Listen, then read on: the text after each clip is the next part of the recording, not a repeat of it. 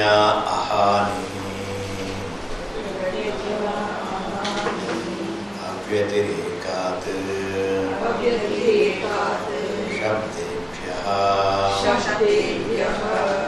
So, pratigna ahani. You know, the pratigna, the opening statement of pratigna, statement of mind. That opening statement is called pratigna. Uddalaka, before he started teaching, before he started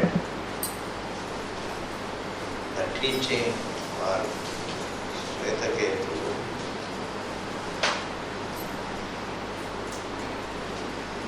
did you ask your teachers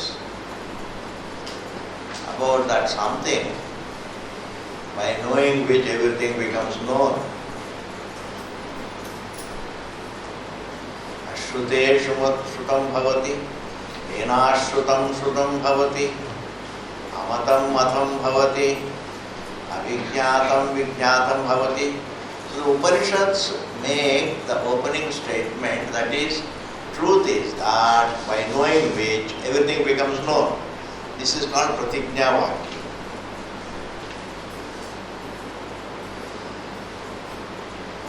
Truth is that by knowing which everything becomes known.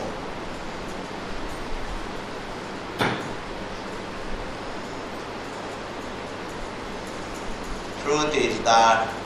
So Uddalaka tells Shvetaketu, did you ask your teachers for that? By knowing which everything becomes known. This is called Pratigna Vakyam in the 6th chapter of Chandogya. In the 6th chapter of Chandogya, this is the Pratigna Vakyam. Enashrutam shrutam bhavati, matam matam bhavati, avijñātam vijñātam. Like this in other Upanishads also we have Pratigna Vakyams. Like, I am going to Asmin bhagavo vijñāte sarvamidam vijñātam bhavati. In Mundaka Upanishad, the Pratigna Vakyam is that students ask the teacher, hey Bhagavan, what is that truth by knowing which everything becomes? Vipalada was asked.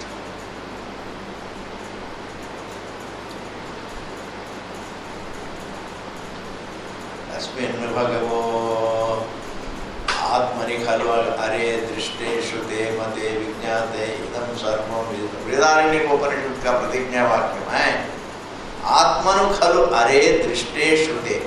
Yajnavalkya tells, hey Maitreyi, if Atma is seen,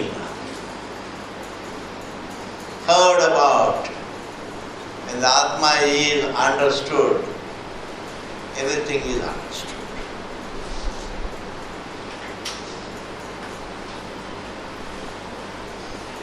Asmin khalu vidite sarvam vijñātam bhavati,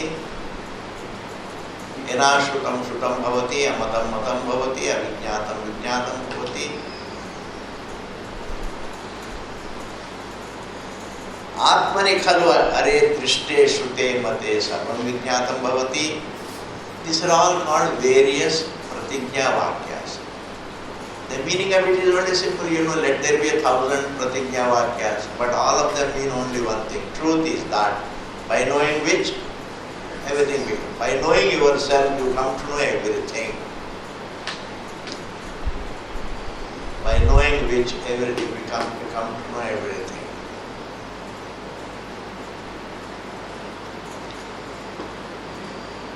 By knowing the self, you come to know everything.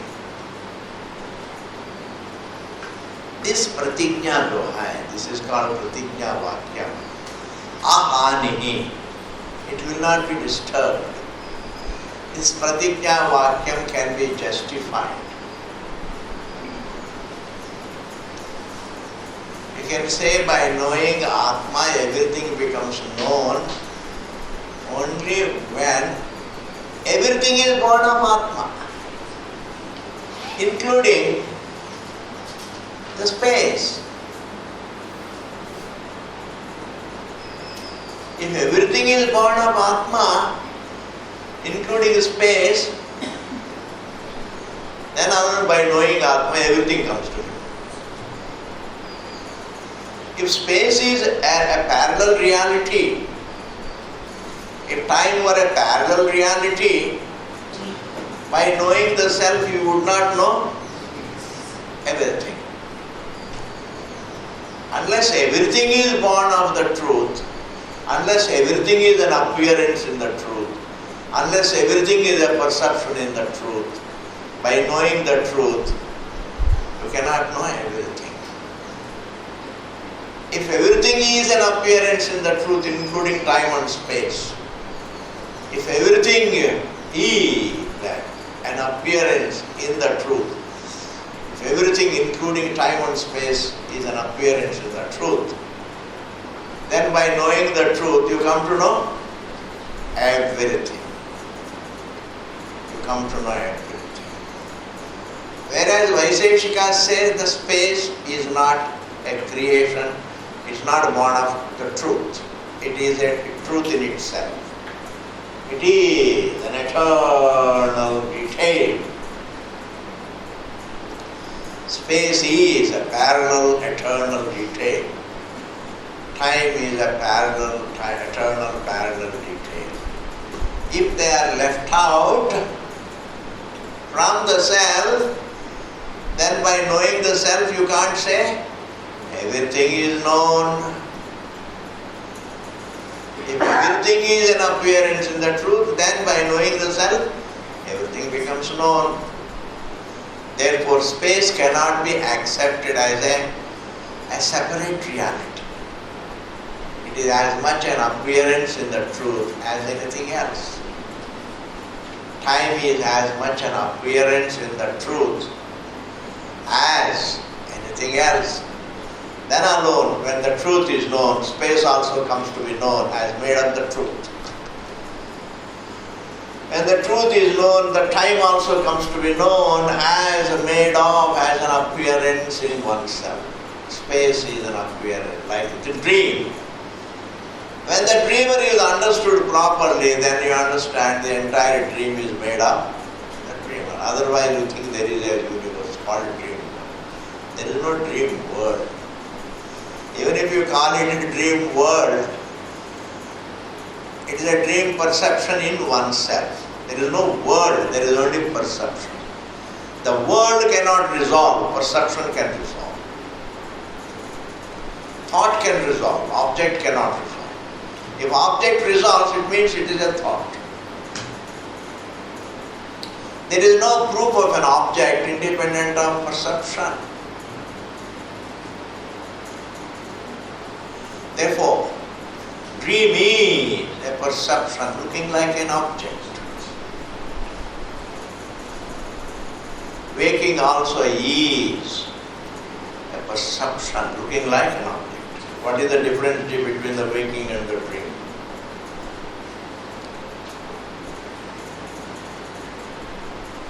The dream also looks having continuity. Inside the dream you don't think it is a dream and it is different from yesterday's dream.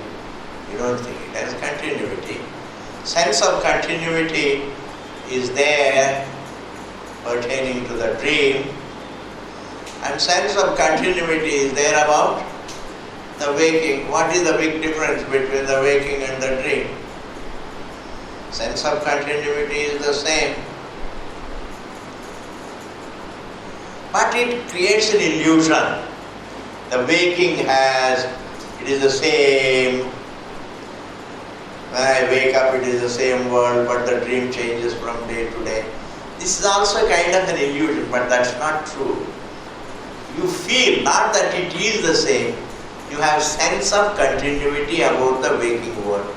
And in the dream also you have a sense of continuity. There also it continues.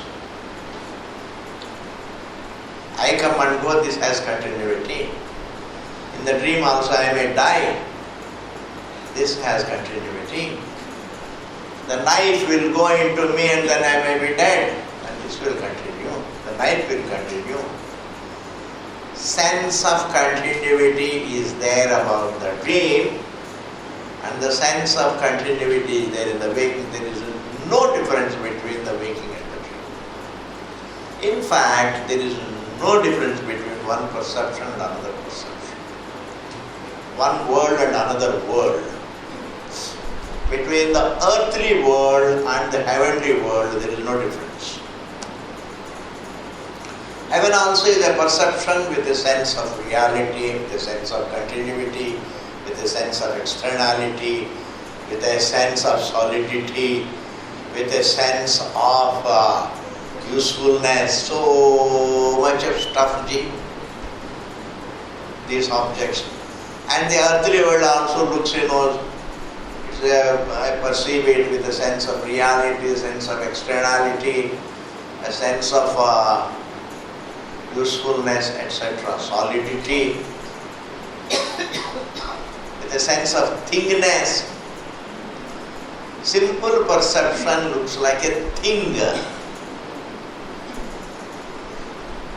And therefore, by knowing the conscious being, all the perceptions come to be known as made of that very conscious being.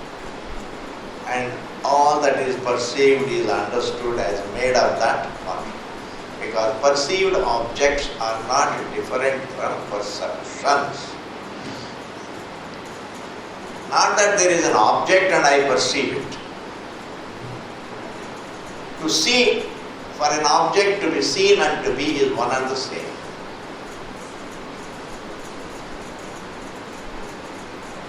To be and to be seen. It's the same.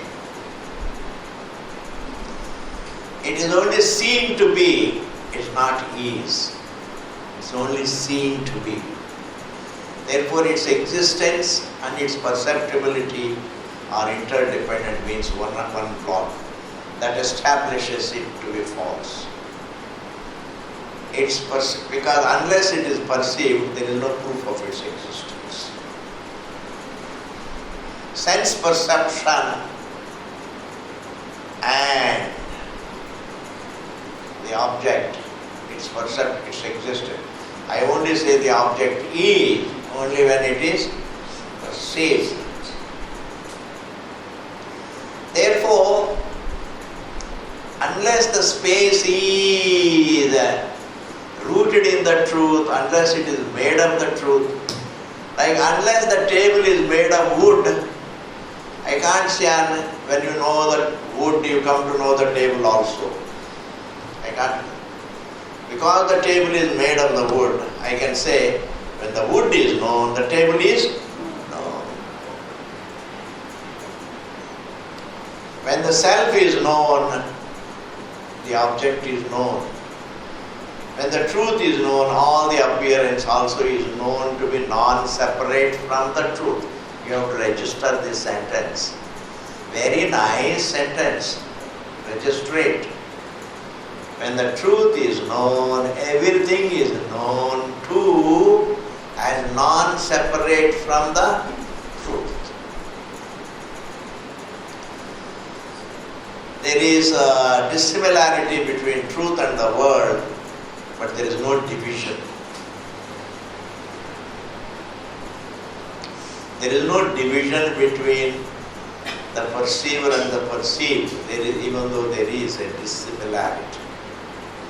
The seer is conscious, the seen is inert. This is the dissimilarity. But there is no division. Why there is no division? Because this very seer-seen relationship is an appearance in the absolute sight. Therefore, pratigna ahanihi. Pratigna remains intact. Pratigna can be justified, this pratigna can be justified. Which pratigna? By knowing the self, everything comes to be known is justified. It is justified. If space is also made of the self. If time is also made of the self. Therefore, Vaiseshika theory that the space is a separate entity is not right. Space is not a separate entity. Time is not a separate entity. Everything is made of the subject. Like every dream detail is dreamt in oneself. Not certain details are not dreamt. Inside the dream, every detail is dreamt. Dream space also is dreamt. Dream time is also dreamt. When every detail is dreamt, and for you to say dream space is not dreamt, it is a parallel reality. That sounds a little funny. Pratigna, ahanihi, avyatirekat. Avyatirekat means if it is non-separate from Brahman. Pratigna is justified only when everything is non-separate from Brahman. If everything is non-separate from Brahman, then the pratigna is justified. Shabdebhyaha. And there are Shruti Vakyas which say that nothing is separate from Ishvara. Nothing is separately existent. Like no bubble exists outside water. No wave exists outside water. Similarly, no creation, no element exists outside. Clear this? Yavad vikaram tu vibhagaha. Now let us read this. Yavad vikaram tu vibhagaha lokavat. Yavad vikaram. Wherever there is a creation, Yavad vikaram, as long as wherever there is creation.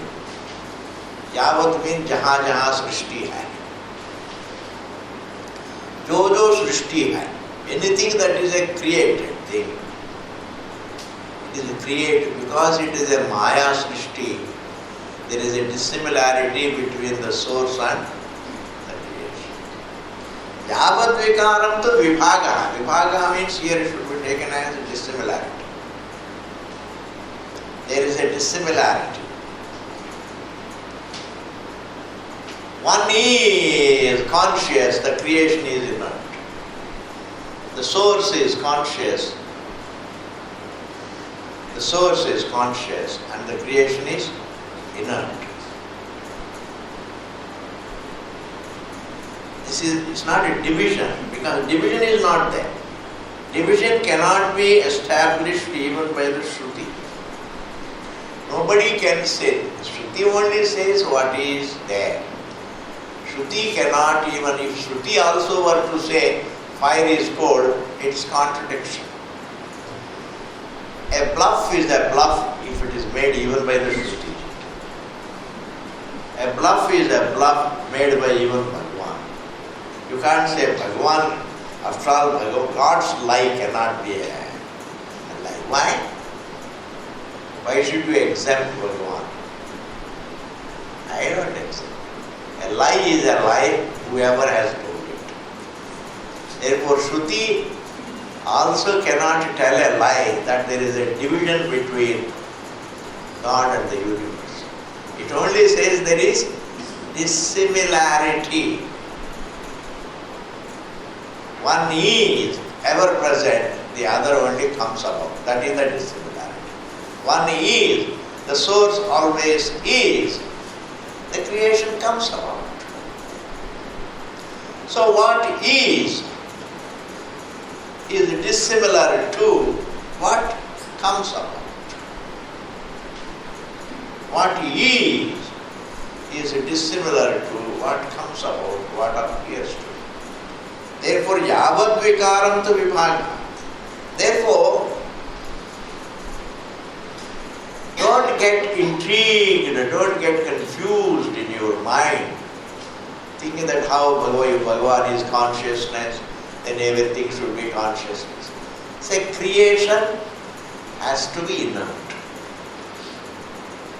Anything that is created in the truth has to be inert. The entire dream world is inert. The waking world is inert. Objects are inert. The body is inert. Even the thoughts are inert. Feelings are inert. Emotions are inert. Memories are inert. All the entire thinking realm is inert. Whereas the one who is aware is conscious. Thus there is a dissimilarity between the source of the creation and the creation. Lokavat, like in the world. The world means, like for example, you create a table out of wood, but between the wood and the table there is a dissimilarity, but there is no division. What is the dissimilarity? The wood was there even before the table came about. The wood is present independent of the table, but the table is not independent of the wood. The wood is independent, whereas the table is dependent. This is the dissimilarity. This is not a division, but dissimilarity. Between dependence and independence, there is no division, but there is dissimilarity. They are unlike each other. Like poverty and prosperity are unlike each other, dissimilar. Between Ishvara and the creation, there is dissimilarity. Vailakshanyam. Vailakshanya means dissimilarity. They are vilakshanas. Jadam is inert, the Jagat is inert, whereas the seer is Chaitanya. Swamiji, the source should be Chaitanam. How can the seer? Because the source himself, having created the body, enters the body as the seer.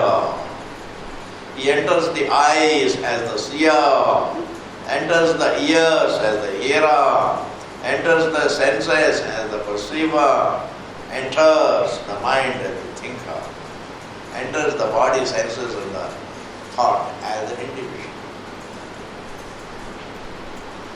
Therefore, yavat vikaram tu vibhaga, lokavat, like the wood.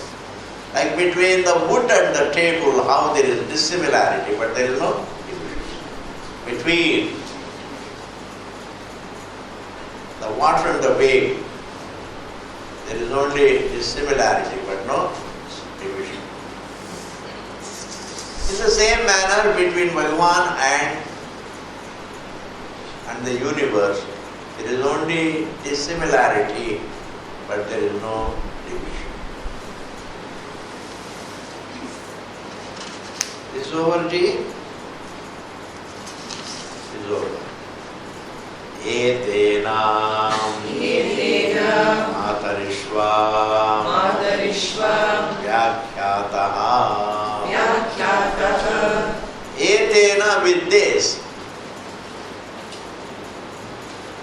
meaning by refuting Vaiseshikas about their theory about space. If space is not a parallel truth, if space is not a parallel truth, then air also is not a parallel truth. Etena, with this, Matarishva means air. Vyakhyataha stands described. If space is a creation in the truth, then air also is a creation. It's not something, it doesn't have to be, one doesn't have to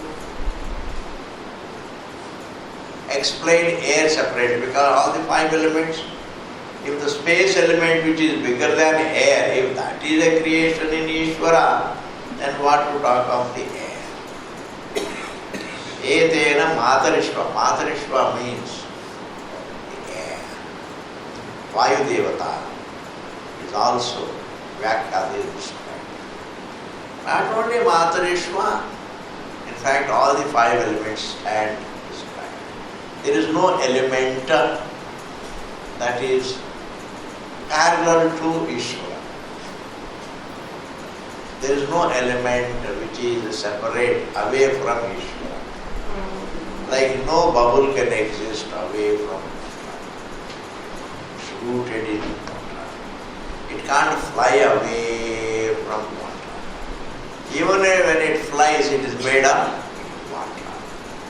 The watery bubble. And watery bubble minus the water, there is no bubble. This is something very interesting. This watery bubble, I call it a bubble, minus that wateriness, there is no bubble. Minus that wateriness, there is no wave. Minus that wateriness, the ocean also is not there. These are all labels. Bubble is a label, wave is a label, and even the word ocean also is a label in contrast to the wave. It's a big thing. But the truth of the wave, the bubble and the ocean is water. Therefore, neither the ocean can fly away from the water, nor the wave can fly away, nor the bubble can fly away. Therefore, nothing can fly away from water. Therefore, there is a dissimilarity. Water is independent of the wave. Maybe this you can retain in your mind. Water is independent of wave, whereas wave depends upon water. At best, this can be taken as your landmark for dissimilarity. This is the sign. This is the sign of dissimilarity. A very, very elementary point. बच्चे लोग होते हैं, school के बच्चे होते हैं, वेदांत के उनको बताते हैं water is independent, wave is independent, that is a dissimilarity. But in my view, the very experience tells waveness is what only comes about. Waterness is never. Therefore, even you should be able to understand how there is dissimilarity. That is, wave is a notion, wave is a perception, wave is a look, whereas water is the substance.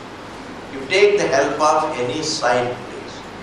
You take the help of any sign, but understand that there is dissimilarity between the material and the made. Masticate this language. There is a dissimilarity. Vailakshanya. There is dissimilarity. God is not inert. God is conscious. Truth is conscious. Whereas the world is inert. Mountains are inert. They are beautiful, but they are inert. And the bodies, the physical shape. The tree may have life, but the tree, the visible part of the tree is all inert. And the imaginable part of the tree also is inert. The visible is inert, the imaginable is inert, the inferable is inert. The only conscious being is the seer, oneself. The one who infers is conscious. The one who imagines is conscious. The one who perceives is conscious. And the whole creation comes under the inert. Panchakoshas come under inert. Thus there is a dissimilarity between the source, the Ishvara, and the creation. But the most beautiful thing is there is no division. Between Brahman and the Jiva there is dissimilarity, but there is no division. That sense of limitation makes him Jiva. But that sense of limitation is inert. The thought of limitation is inert. And the sense of limitation is inert. And the sense is in the form of thought, conclusion. And thinking is all inert, please. Thinking takes place in the consciousness, but thinking itself is not consciousness. It appears in consciousness. The snake appears in the rope, but snake is unlike the rope. There is a dissimilarity between the thinking and the consciousness. Therefore, wherever there is creation, there is similarity, but there is no division. It is oneness.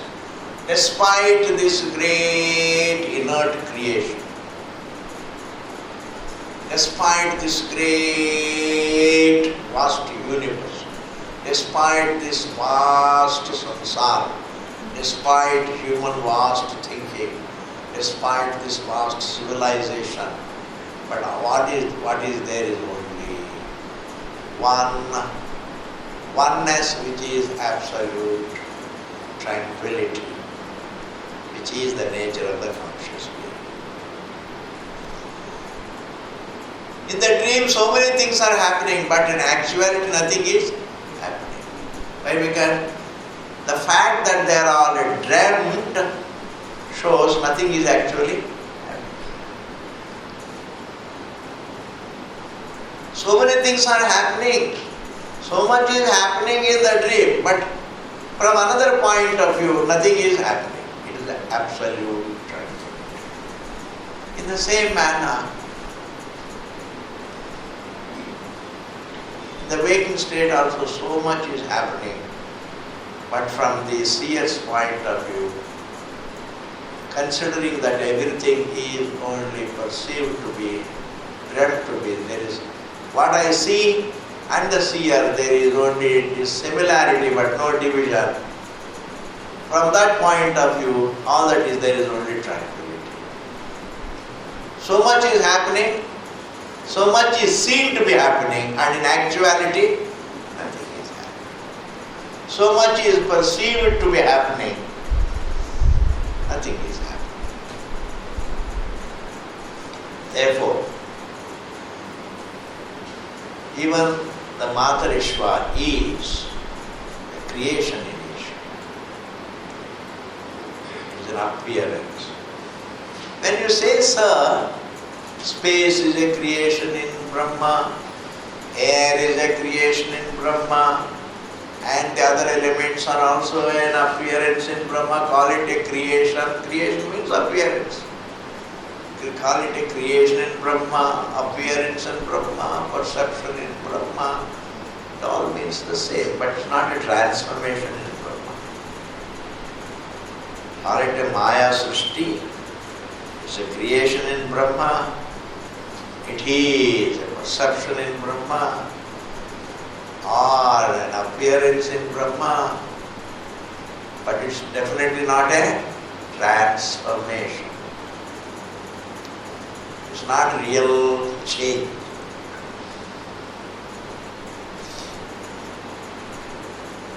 Sir, if everything is an appearance or a perception or a creation in Brahma, why can't we say that Brahman also is a creation?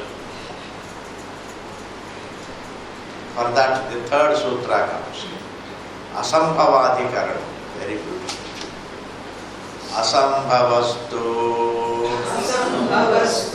Sataha Anubhavattehe Asambhavastu. It's impossible. That the eternal can be born is impossible. Asambhava.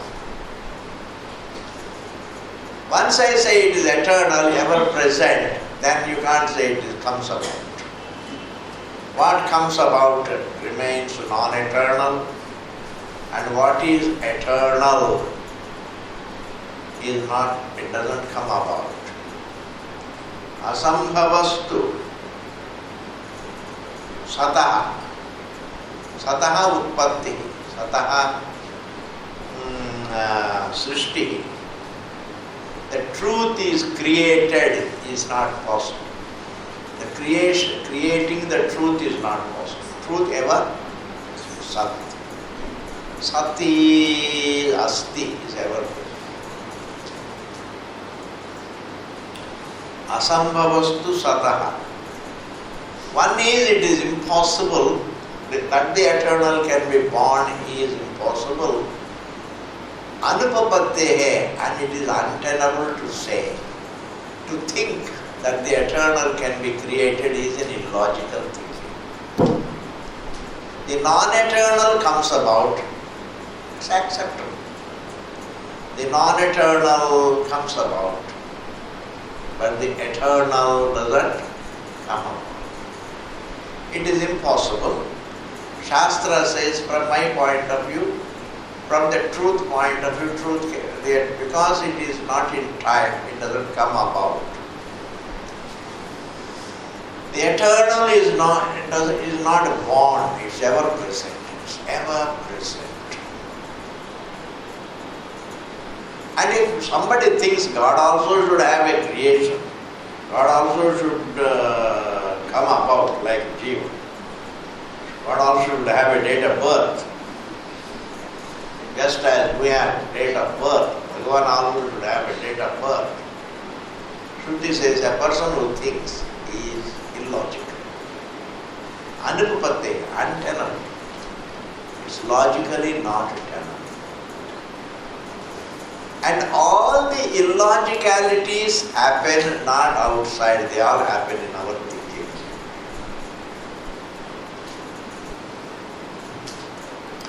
Thinking can be illogical, but there are no phenomena which are illogical. There are no events which are illogical. Human thinking is illogical. If the sun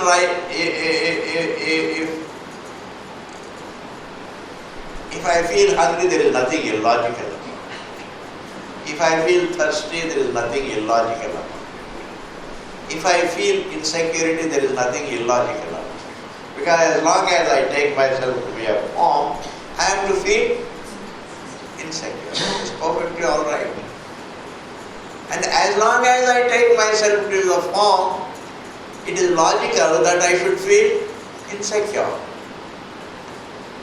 And as long as I don't look at myself, the truth, I continue to look at myself as a form.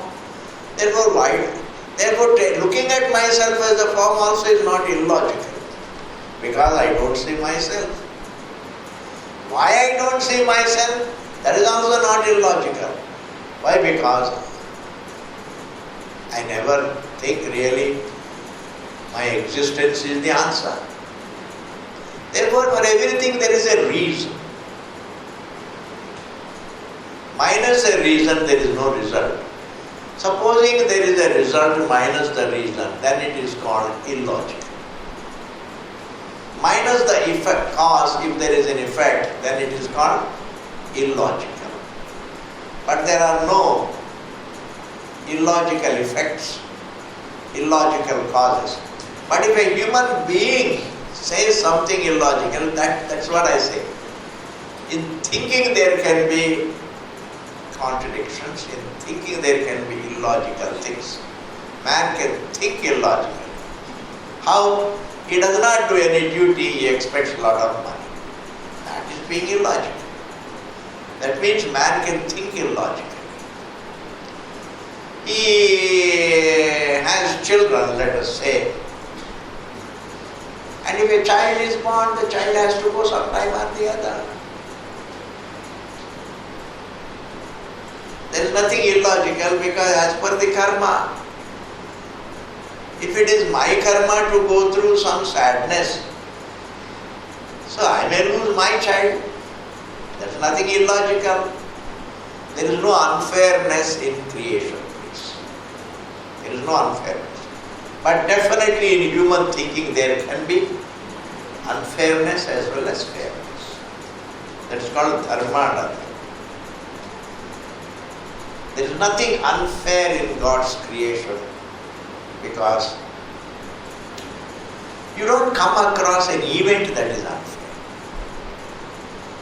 If somebody, a man, we always say this man is unfair. If the rains are too much and then really man is not prepared for too much of rain, then man is unfair. If he says, oh God, you are so cruel, that statement is unfair. Because rainy season rains may come. And if you are stupid, then you cause all floods. You cut trees. See, you want your comforts from nature. You want to exploit nature. And you don't want nature to react, or you don't want nature to give you discomfort, nag you. You nag nature, but you expect that nature to be very nice to you. That's unfair. Therefore, where is unfairness? Thinking. I nag my mother-in-law and I expect her to be very nice to me. How is that possible? If you are good to somebody, the other person also can be good. Suppose the other person is, if you are bad to somebody and the other person also is bad to you, then you blame the other person. That's unfair. Fairness is absolute, please.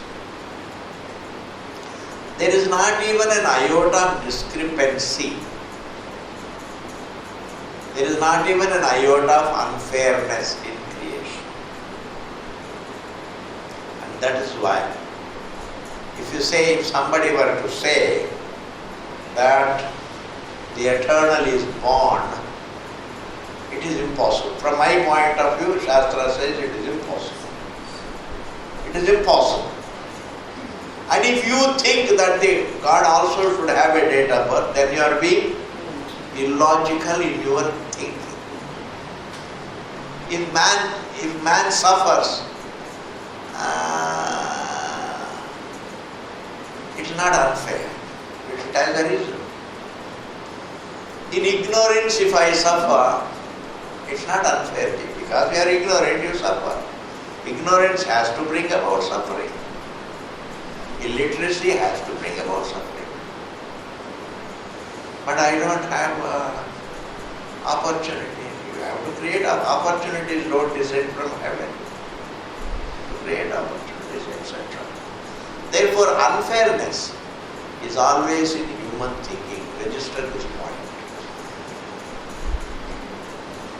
Because animals only survive and go. They don't think fairly, nor do they think unfairly. They have no deliberate thing. They go by the report. They are fair. They are programmed, a tiger is programmed to be a tiger. And it remains a tiger. So it's being fair. Either we say they are liberated from fairness and unfairness, or we say they are fair. Because a tiger never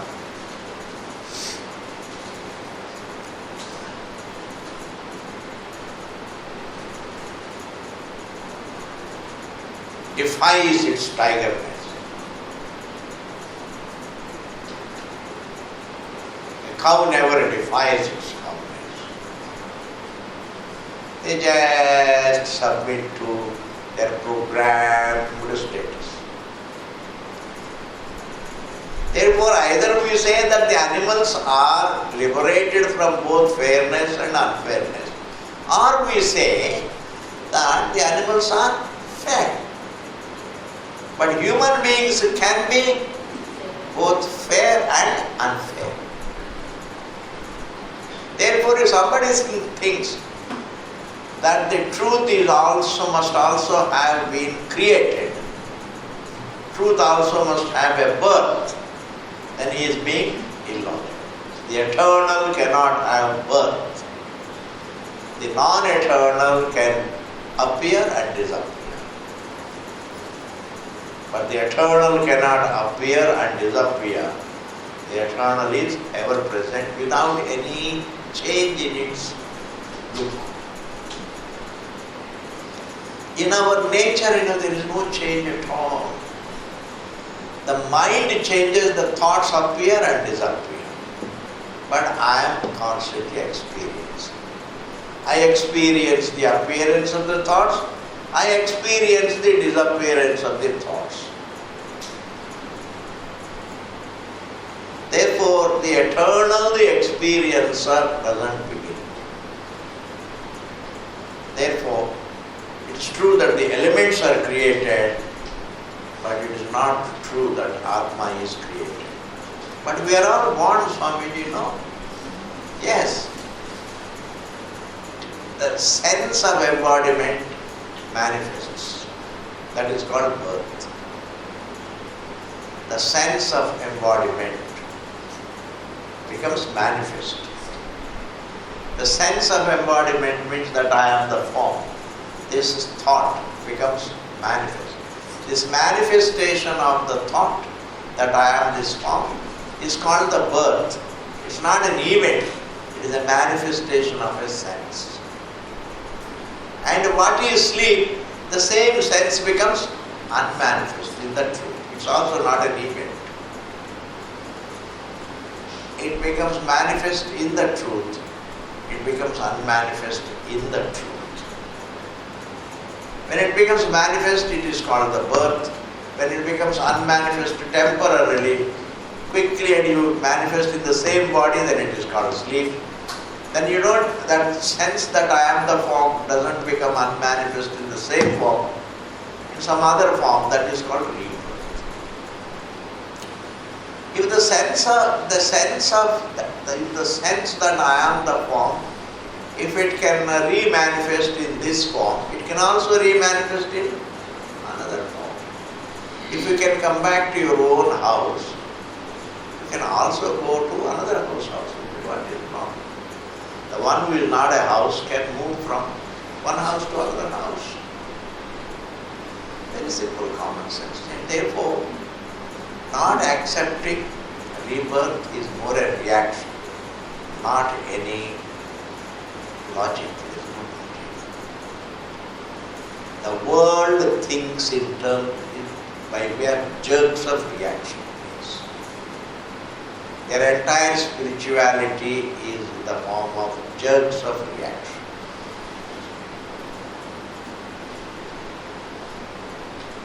Going to Jannat is a jerk of reaction. It's a reaction. Some imagination. In order to console yourself here, a reaction. Therefore, similarly here also,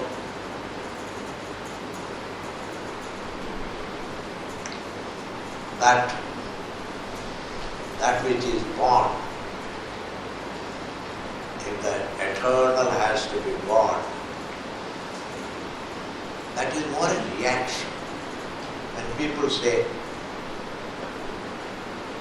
I don't think really there is any rebirth, people say.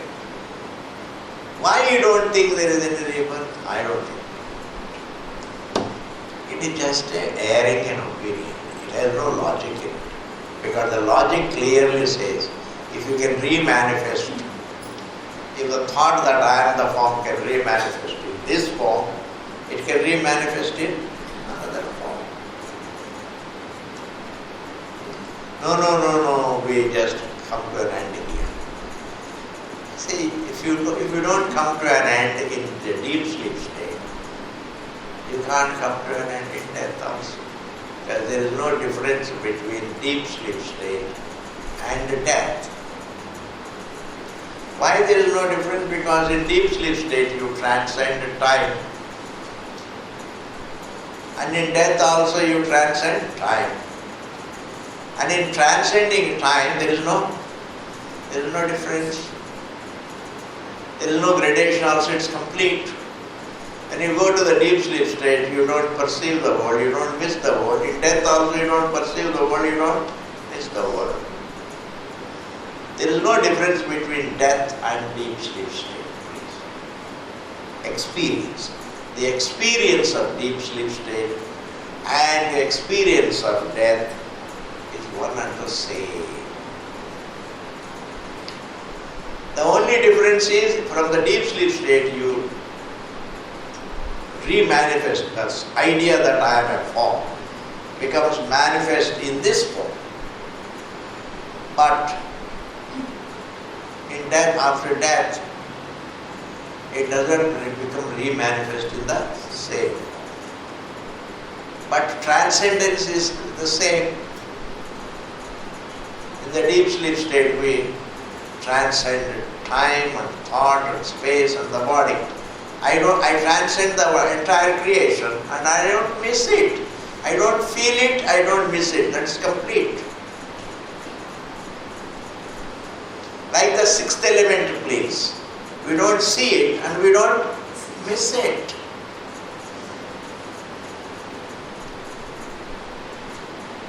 There is one moon, there is no second moon, there is only one moon.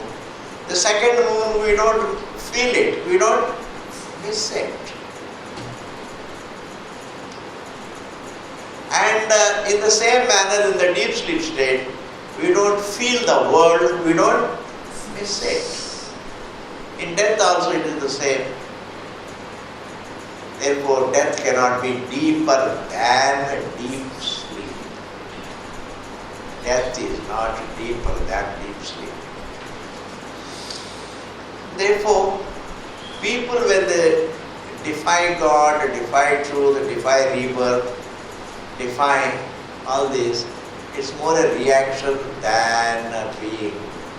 It's more a reaction rather than the result of their thinking. What is it called? Knee-jerk thinking, knee-jerk reaction. It's not even knee-jerk reaction, it is a stupid reaction. Just a very casual reaction. Because they always conclude things which are convenient to their enjoyment here. There is no punya, there is no papa. Is a conclusion convenient to your lifestyle here. If I have to enjoy non-vegetarian thing, suppose if somebody has to enjoy the non-vegetarian, then he has to make a conclusion. What is the conclusion? कोई पुण्य नहीं है, कोई पाप नहीं है, कोई खराब नहीं है. We unwittingly make conclusions which are convenient to your present lifestyle. This is what is called a conclusions console. Very convenient conclusions. There is no rebirth is a convenient conclusion. There is no God is a convenient conclusion. There is no oneness is a convenient conclusion. That there is some self is a convenient conclusion. Whether it is a layman's conclusions or a philosopher's conclusions, they are all convenient conclusions. Buddhism's conclusions that there is no self is also a convenient conclusion. Convenient to their reactions because they don't want to be looked upon as the followers of Veda. They want to have a separate identity. Therefore, the empirical need is separate identity. Therefore, they create a philosophy that looks a little different from the Vedic thinking. So that your philosophy justifies your separate identity. Your philosophy justifies your separate identity. That is also convenient philosophy, convenient conclusion, convenient. Even this meditation I am telling. If somebody teaches you meditation, please sit down quietly and meditate. It is a convenient approach. It's not the right approach. Because study Vedanta, you don't have to meditate to be peaceful. As you are existent. Everything is in your reality. Water doesn't have to meditate. The wave doesn't have to meditate to understand that it is. The very act of meditation is the denial of its identity. Because you don't have to do anything. There is so much said in Vedanta. You don't have to do anything to be peaceful. Look at yourself correctly. That's a time. Look at yourself correctly. The wave has to look at itself correctly. Therefore, even do meditation, etc. is a convenient approach. Why? Because that way you can bring people, you can have a big audience. It's convenient to your need. The teacher's need is to have a big audience. Therefore, always teach something called meditation where they don't have to understand much. If you teach something which they need to understand, then you don't get people. You will be like me. Yes. And therefore, even meditation is a Purva-paksha. Even doing meditation is a Purva-paksha, to be very frank. Because you will be searching for something in your meditation. You will be looking for something in your meditation. You will be feeling for something in your meditation, which is a denial of the truth. Like searching for something in meditation or searching for something in a sense pleasure, it is the same. A very big thing I have said it. Searching for something in meditation, searching for some happiness in meditation, or searching for some happiness in a sense pleasure is the same. There is no difference. Is it like that one? Yes.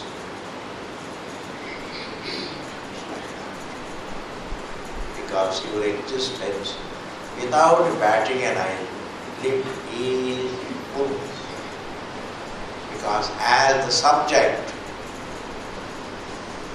you are comprehensive of the entire existence as itself. You are at once the seer of the universe, accommodator of the universe, and free from the universe. You are at once the source, supported and free. Be is a very big thing. Your existence, be is the pure and all. And therefore, people do sadhanas which are convenient to their lifestyle. A lot of empirical need drives you into spiritual life. It is not the spiritual need felt that drives you into spirituality.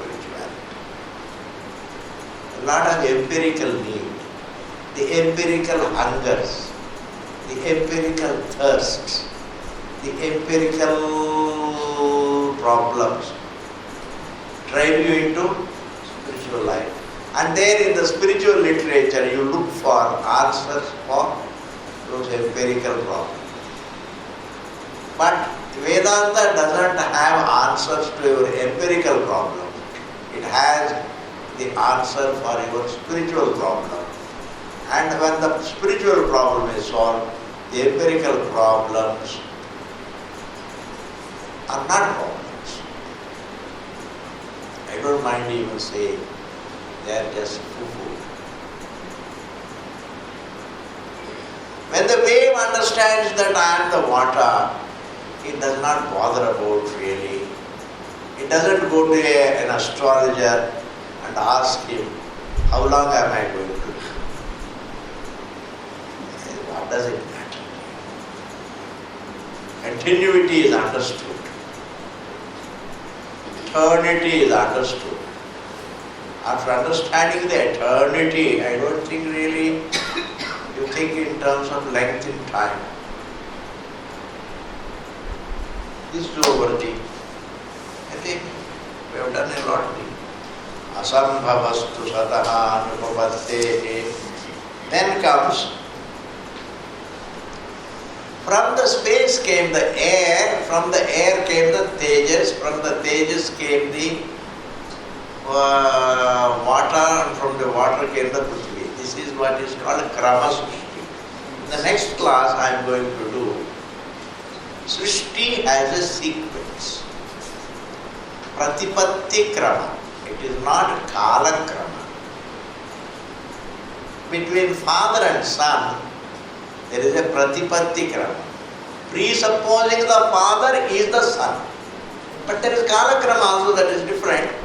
But pratipatti krama means presupposing the presence of the father is the son.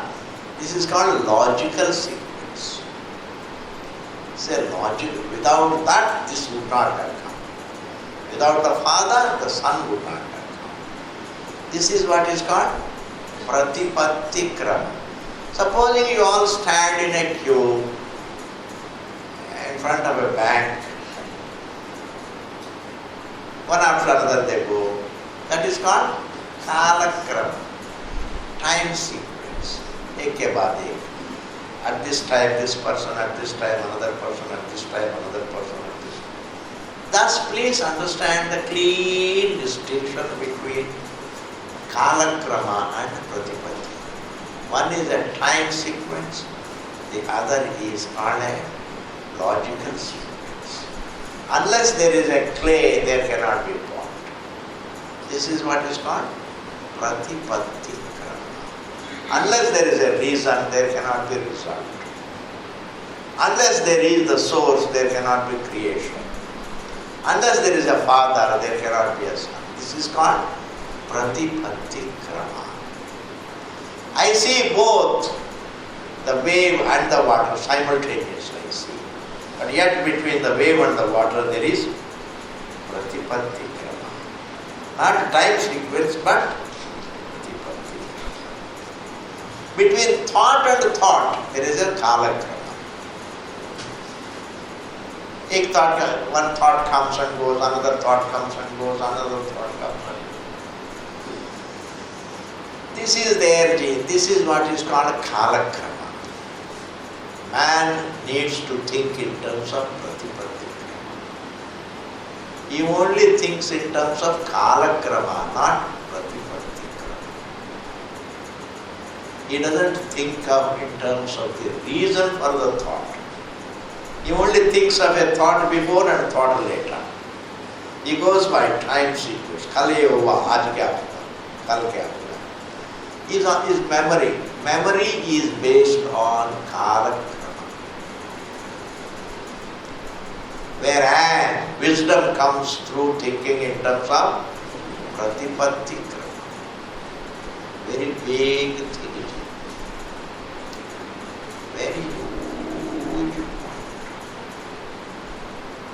Presupposing what is the whole universe. I see myself and the universe at the same time. But between my existence and the universe, there is a pratipatti krama. What is that pratipatti krama? Unless I am there, it can't be there. There is no kala krama. Similarly, between space and air, there is pratipatti krama. Unless there is space, there would not be air. Unless there is space and air, there won't be fire. Unless there is space, air and fire, there won't be water. Unless there is space, air, fire and water, there won't be earth. Unless all of them are there, there will be no life. In this manner, in God's creation, there is a pratipatti krama. Therefore, this creation is called krama srishti.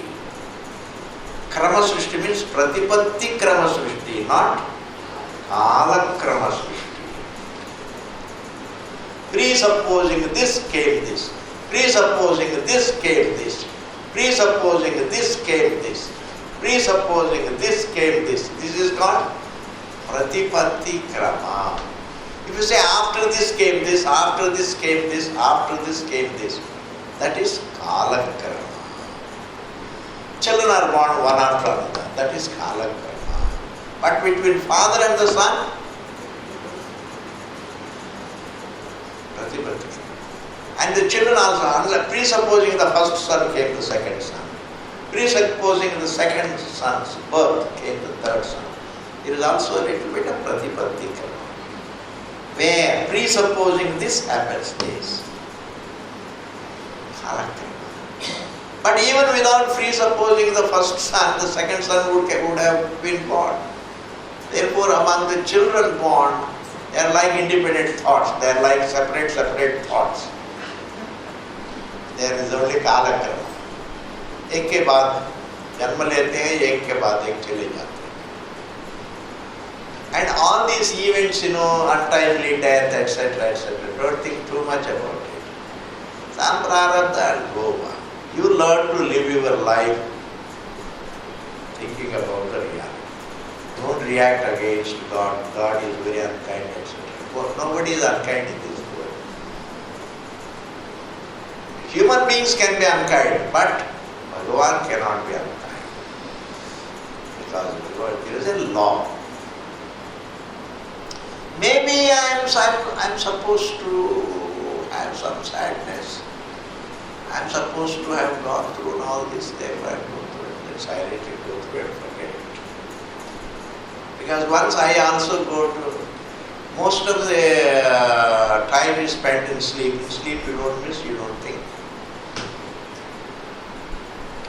Okay, Jay, now I have explained to you Kalakrama and Pratipatti Krama.